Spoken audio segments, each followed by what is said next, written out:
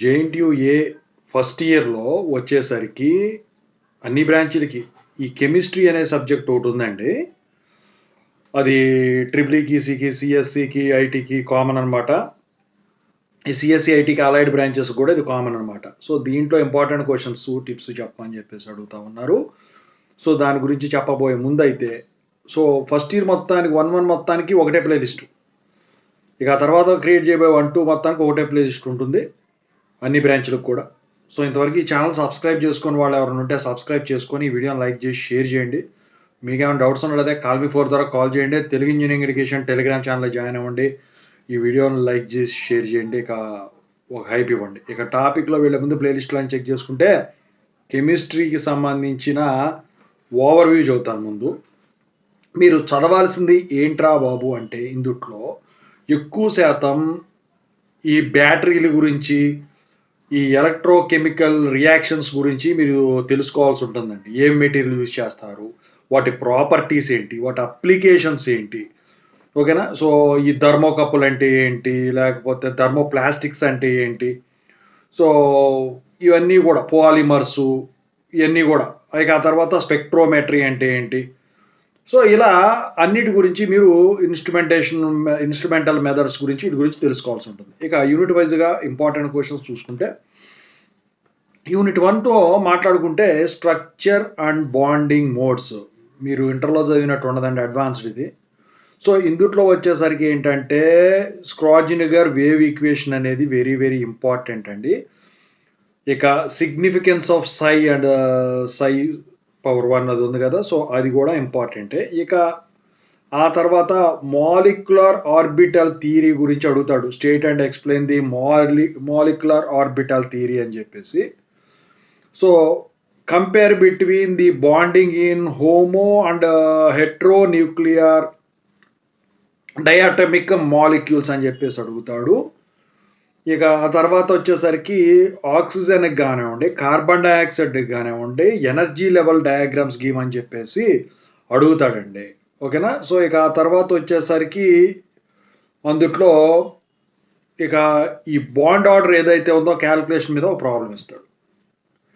ఇక ఆ తర్వాత యూనిట్ 2 చూసుకుంటే మోడర్న్ ఇంజనీరింగ్ మెటీరియల్స్. సో దీంట్లో సెమీ కండక్టర్స్ గురించి, వాటి అప్లికేషన్స్ గురించి, వాటి అడ్వాంటేజెస్, డిసడ్వాంటేజెస్ గురించి అడుగుతారండి. ఇక ఆ తర్వాత సూపర్ కండక్టర్స్ గురించి కూడా సేమ్, అలాగే సూపర్ కెపాసిటర్స్ గురించి కూడా సేమ్.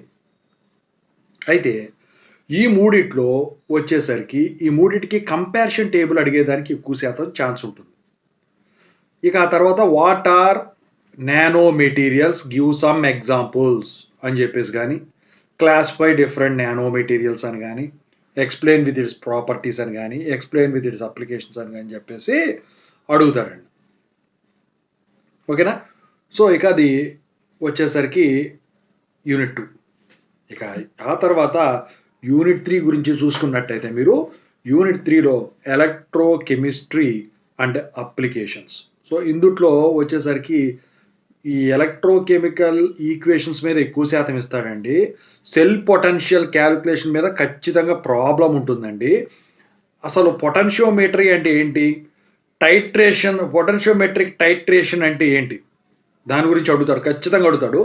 ఎక్స్ప్లెయిన్ ది ఫాలోయింగ్ అని చెప్పేసి కండక్టివిటీ సెల్ అని చెప్పేసి అడుగుతాడండి.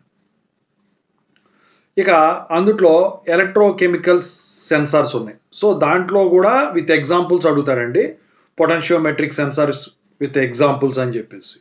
ఇక ఆ తర్వాత ప్రైమరీ సెల్స్ గురించి ఇస్తాడు. అందుట్లో different types of batteries, zinc battery గురించి రాయమంటాడు with diagrams, with applications, with advantages, with disadvantages.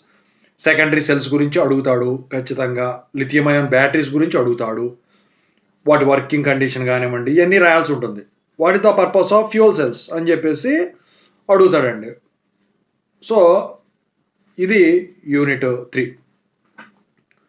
Unit 4 చూసుకుంటే పాలిమర్ కెమిస్ట్రీ. సో ఇందుట్లో వచ్చేసరికి what is meant by polymer అని చెప్పేసి, లేకపోతే define polymer, what are its advantages, disadvantages, applications అని చెప్పేసి అడుగుతాడు. స్టెప్ గ్రోత్ పాలిమరైజేషన్ గురించి అడుగుతాడండి. ఇక ఆ తర్వాత వచ్చేసరికి ఏంటంటే ఈ ఆర్డినేషన్ పాలిమరైజేషన్ ఏదైతే ఉంటుందో దాని ఎగ్జాంపుల్స్తో సహా ఎక్స్ప్లెయిన్ చేయమని చెప్పేసి అడుగుతాడు, ఫార్మేషన్ గురించి వాటి గురించి. ఇక ఆ తర్వాత ప్లాస్టిక్స్ అందుట్లో distinguish between thermo and thermosetting plastics అని చెప్పేసి క్వశ్చన్ ఇస్తాడు.